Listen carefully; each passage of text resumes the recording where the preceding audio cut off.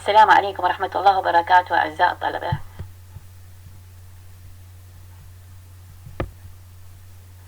اليوم عندي فصل ثاني هو يضمن لي كيفية تسجيل النقطة والفوز بالشوط والمباراة. عندي 3 حالات في كيفية تسجيل النقطة والحصول على النقطة. أول حالة ارتطام الكرة بنجاح على ملعب المنافس. 2 عندما يرتكب الفريق المنافس خطأ. 3 عندما يجاز الفريق المنافس بالإنذار. نرجع على الحالة الأولى اللي هي ارتطام الكرة بنجاح على ملعب المنافس. نقصد هنا بالارتطام إنه هو سقوط الكرة داخل ملعب المنافس. عندي فريقين، فريق أليف وفريق باء. فريق الأليف عند الإرسال وفريق باء هو المستقبل. ضرب المرسم الفريق أليف وأرسل الكرة بصورة ناجحة، يرتكب أي خطأ بالإرسال. وصلت الكرة إلى فريق باء. فريق باء المستقبل أحد اللاعبين لم يستطع استقبال الكرة فسقطت الكرة على أرض ملعبه. إذا هنا فريق أليف حصل على النقطة. نجي على الحالة الثانية اللي هي عندما يرتكب الفريق المنافس خطأ. أيضا أضرب مثل إنه عندي فريق أليف وفريق باء. فريق أليف قام بالإرسال ووصلت الكرة إلى فريق باء، قام باستقبال الكرة استقبال ناجح، وصلها إلى معد فريقه. قام المعد برفع الكرة وإعدادها إلى أحد المركزين الثاني أو الرابع للقيام بضربة هجومية أي الكبس. أثناء الكبس ارتطمت الكرة بالعصا الهوائية. هنا إذن فريق باء قام بخطأ بضربة الهجومية. إذن حصل فريق أليف على النقطة. عندي الحالة الثالثة اللي هي عندما يجاز الفريق المنافس بالإنذار. اللي نقصد به هنا الإنذار هو الحصول على البطاقة الحمراء. أي الفريقين أليف أو باء قام بخطأ ينافي قواعد اللعبة الرسمية ويحصل على بطاقة حمراء، إذا هنا حيخسر نقطة.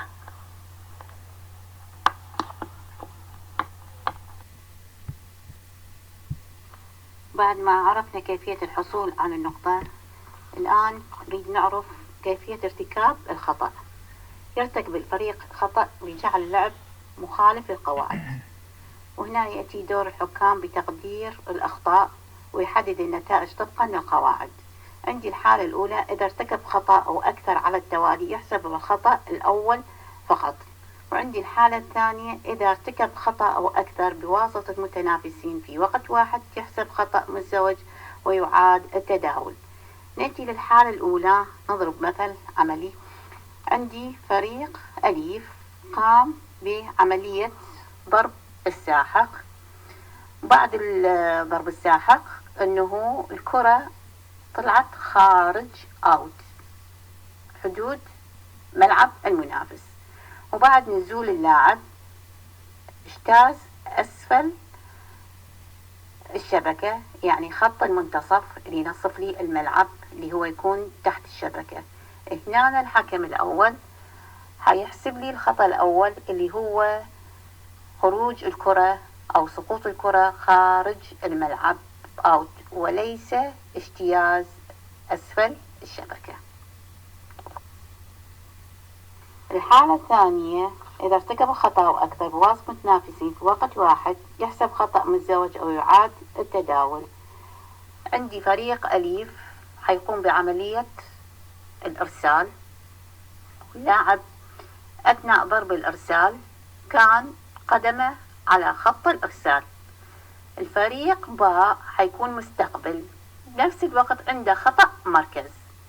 هنا الحكم الأول أطلق صافرته على اللاعب المرسل لأنه قدم على خطأ، يعني على خط الإرسال. وبنفس الوقت الحكم الثاني اللي هو مسؤول على أخطاء مراكز الفريق المستقبل أطلق صافرته. هنا بنفس الوقت أطلقوا الحكام الصافرة، بمعنى أنه الفريق بنفس الوقت حدث خطأ. هنا حيكون نتيجة الحكم حيحسب خطأ مزدوج ويعاد التداول، أي بدون تسجيل أي نقطة لأحد الفريقين. عندنا تداول وتداول المكتمل. التداول عبارة عن تبعات حركات اللعب من لحظة ضربة الإرسال بواسطة المرسل حتى تكون الكرة خارج اللعب. أما التداول المكتمل فهو عبارة عن تعاقب حركات اللعب وتكون نتيجتها الحصول على النقطة. عندي فريق أليف وفريق باء، فحيكون فريق أليف بضرب الإرسال، الفريق الثاني حيكون استقبال وإعداد الكرة وضرب ساحق. في حالة إذا كانت الضربة الساحقة سقطت عند الفريق الثاني فهنا حيحصل على نقطة فريق باء، وبالتالي حيكون تداول مكتمل. إذا فاز الفريق المرسل بتداول يحرز نقطة ويستمر بالإرسال. أما الحالة الثانية إذا فاز الفريق المستقبل بالتداول يحرز نقطة ويجب أن يقوم بالإرسال التالي. الفوز بالشوط: يفوز الفريق بالشوط الذي يسجل 25 نقطة أولا وفارق نقطتين.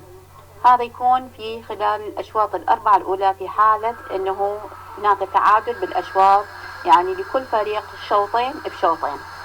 نرجع على أنه الشوط يتكون من 25 نقطة ويفارق نقطتين في حالة إذا كان هناك تعادل بالنقاط بالشوط الواحد، أي بما معناه عندي فريق أليف حصل على 13 أو 14 نقطة، وفريق باء حصل على 15 و 16 نقطة. استمر باللعب إلى أن وصل النقاط لفريق أليف 24 وفريق باء 24. هنا إذا حصل فريق أليف على نقطة 25 هل أنهي الشوط لصالحه؟ الجواب لا، يجب أن يكون نتيجة الشوط 26 مقابل 24، أي بفارق نقطتين. وهذا الكلام أيضا يسري على الأشواط الأخرى اللي يكون فيها التعادل بالنقاط داخل الشوط الواحد.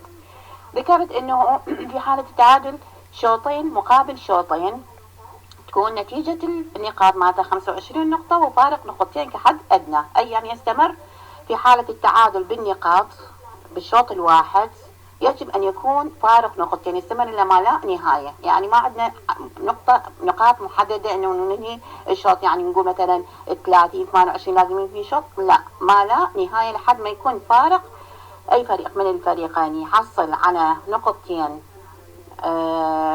أكثر من الفريق الآخر، فإذا هنا ينحسم إلى الشوط. ذكرنا قبل شوي إن قلنا في حالة الأشواط الأربعة الأولى، إذا هناك عندي أني الشوط الخامس اللي يحسمني المباراة مثل ما ذكرنا سابقا إنه الفوز بالمباراة يكون 3 أشواط، يجب أن تكون 3 أشواط. الشوط الخامس أو الحاسم أو الفاصل كلها تسميات واحد لهذا الشوط. تسجيل النقاط مالته راح تكون ليس 25 نقطة وإنما حتكون 15 نقطة وبفارق نقطتين أيضا، أي بما معناه من يكون فريق أليف وفريق باء، فريق أليف وفريق باء عنده 13 وعنده 12. فريق أليف اللي كان عنده 13 نقطة إذا حصل قبل باء بنقطة 14 و15 يكون الشوط لصالح فريق أليف، وبالتالي تكون نتيجة المباراة 3 أشواط لأليف مقابل شوطين لباء. أما إذا كان هناك تعادل بالنقاط بالشوط الخامس لكلا الفريقين 14-14 يجب أن يكون هناك فارق بالنقطتين من أجل أن يحسم الشوط لأحد الفريقين، أي تكون نتيجة المباراة أو نتيجة الشوط تكون 16-14. كيفية الفوز بالمباراة: يجب على الفريق أن يحصل على 3 أشواط من أجل أن يفوز بالمباريات. مثلا عندي فريق أليف وفريق باء. فريق أليف بالشوط الأول هو حصل على هذا الشوط. بالشوط الثاني فريق باء حصل على الشوط الثاني. لعبوا الفريقين الشوط الثالث حصل عليه الفريق أليف.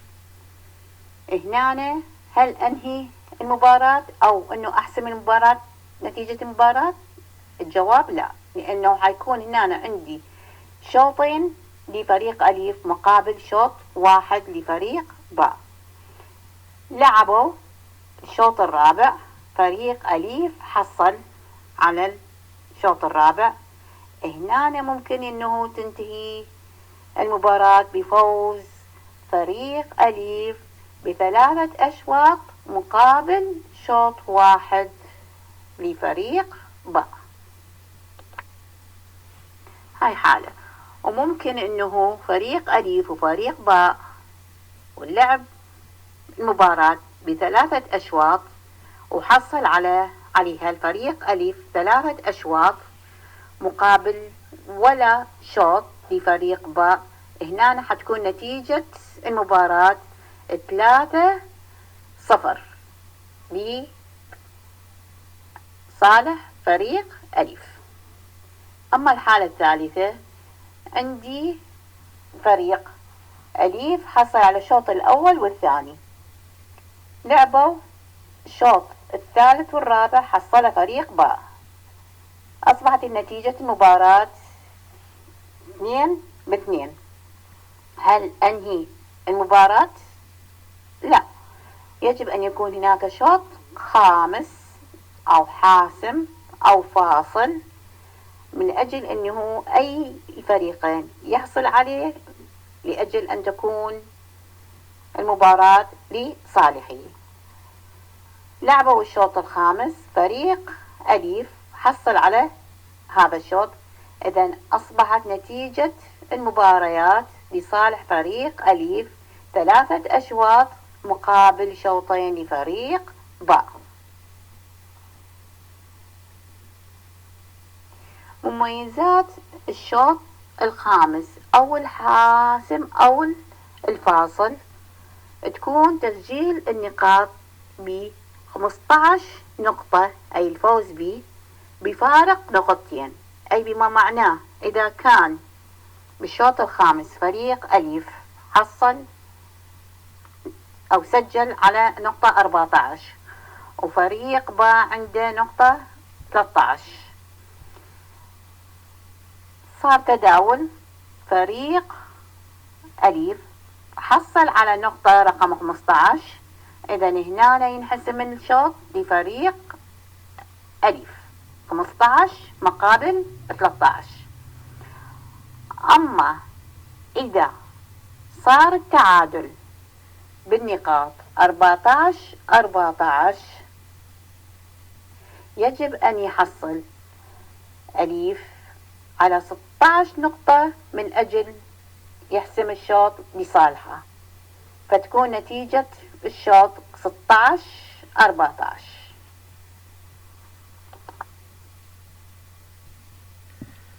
السلام عليكم أعزائي الطلبة، راح أكمل ويا دكتورة سوسن الفصل الثالث. وصلنا لموضوع التخلف والفريق غير المكتمل. عندنا هنا 3 أسئلة لازم نجاوب عليها. أولا، أنه متى يعتبر الفريق غير المكتمل، وبأي نتيجة راح يخسر المباراة إذا أعلن الفريق غير مكتمل، وهل الفريق يعلن غير مكتمل للمباراة فقط أم للشوط أيضا. أولا، أنه إذا أعلن الفريق غير المكتمل يخسر المباراة بنتيجة 3-0 للمباراة، يعني 3 أشواط مقابل 0، وكل شوط 25 نقطة مقابل 0. إيش وقت يعتبر الفريق غير المكتمل؟ طبعا إذا لم يتواجد الفريق على أرض الملعب في الوقت المحدد دون مبرر معقول، يعني نتيجة كما هو في القاعدة 4-6-4-1، يعني نفس القاعدة أعلى، أنه 3 أشواط مقابل 0 لكل شوط، 25 نقطة مقابل 0. زين، إذا أعلن الفريق غير مكتمل للشوط المباراة، يعني ممكن أنه الفريق يعلن غير مكتمل للشوط أيضا. إذا مثلا إذا انصاب أحد اللاعبين، احنا بالطائرة لازم باللعب أنه يتواجد من الفريق 6 لاعبين أثناء اللعب. فإذا أثناء الشوط انصاب أو إذا حضر الفريق ولعب وما قدر يكمل شوط المباراة، فإنه الفريق المنافس يعطى للفريق المنافس النقاط والأشواط المطلوبة للفوز بشوط المباراة، والفريق الفريق المصاب أو غير المكتمل بنقاطه وأشواطه. يعني إذا بالشوط مثلا 15 نقطة تعادل 15 فالفريق ما قدر يكمل، أعلن غير مكتمل للشوط، فإنه يخسر الشوط 25 مقابل 15.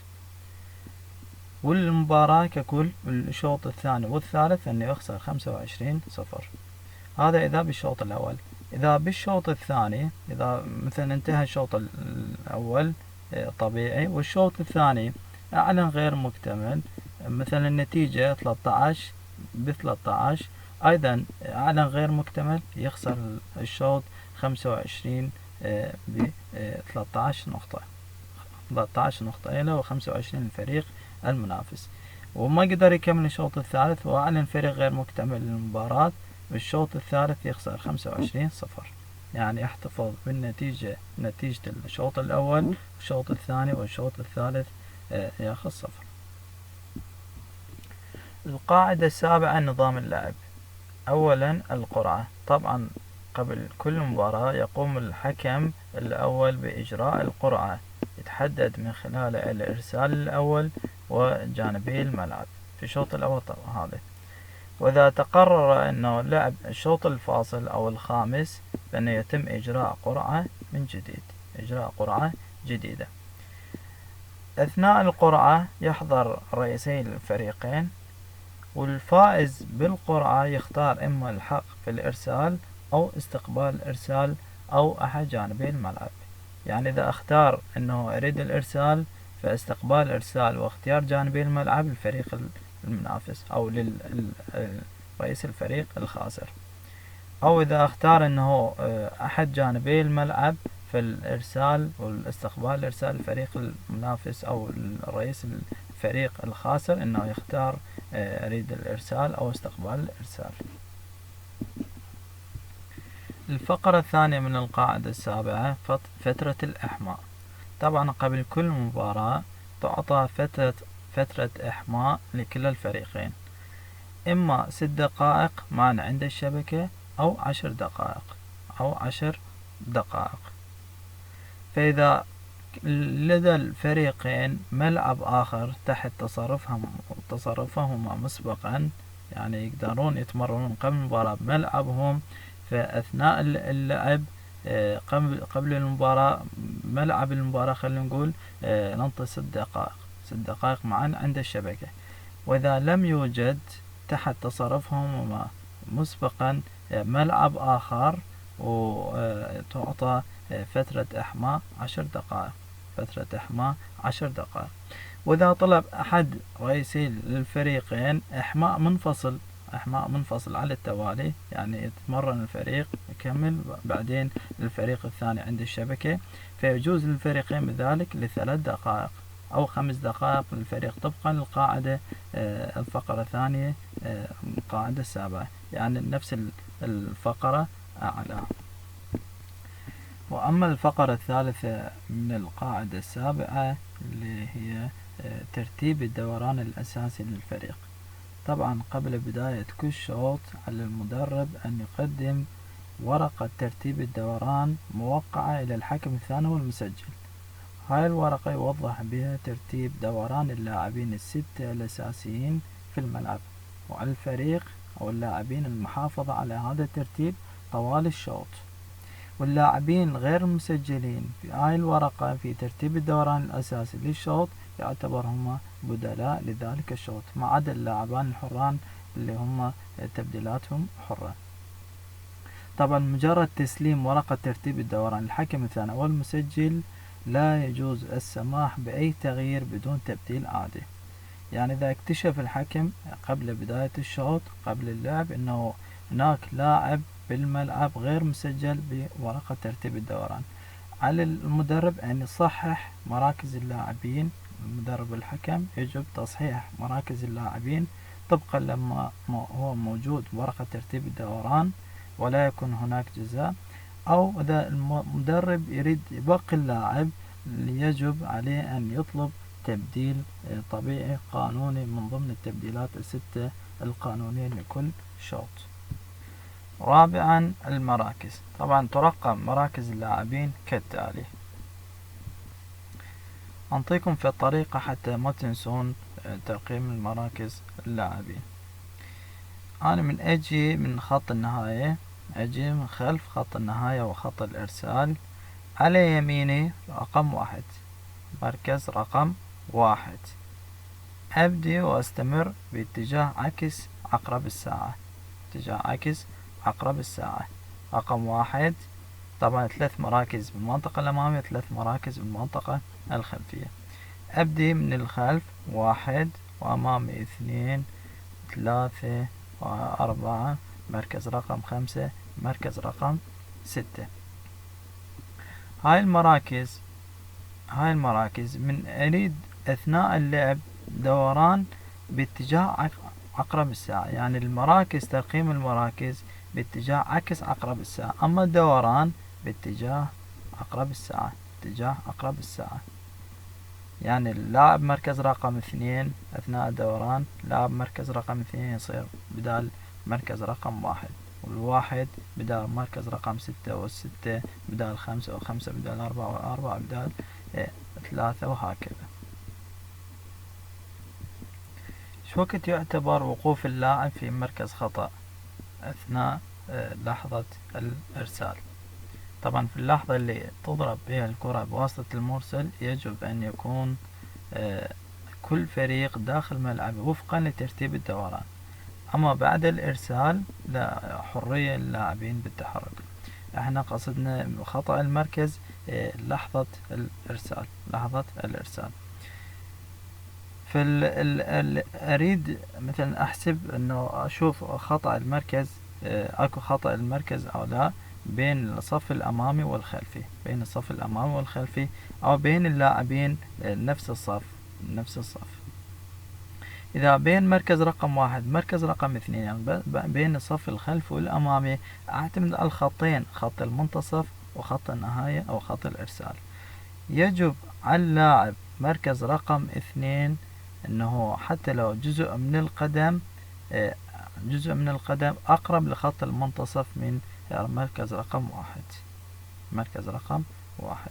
كذلك أنه اللاعب مركز رقم 1 لازم عليه أن جزء من قدم اللاعب مركز رقم 1 أقرب لخط النهاية أو خط الإرسال.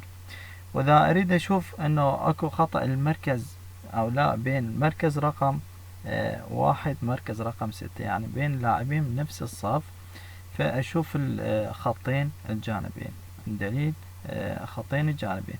اللاعب مركز رقم 6 يجب عليه أنه جزء من قدمه أقرب لخط الجانب الأيسر من مركز رقم 1، وهكذا.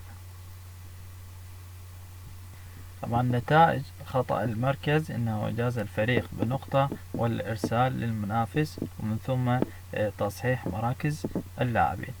أما الدوران مثل ما ذكرنا أنه دوران باتجاه عقرب الساعة، مركز رقم 2 يصير بدال مركز رقم 1، و1 بدال 6، وهكذا. شو وقت يعتبر أنه دوران الخطأ، يعني خطأ بالدوران؟ عندما لا يؤدى الإرسال طبقا لترتيب الدوران، ويؤدي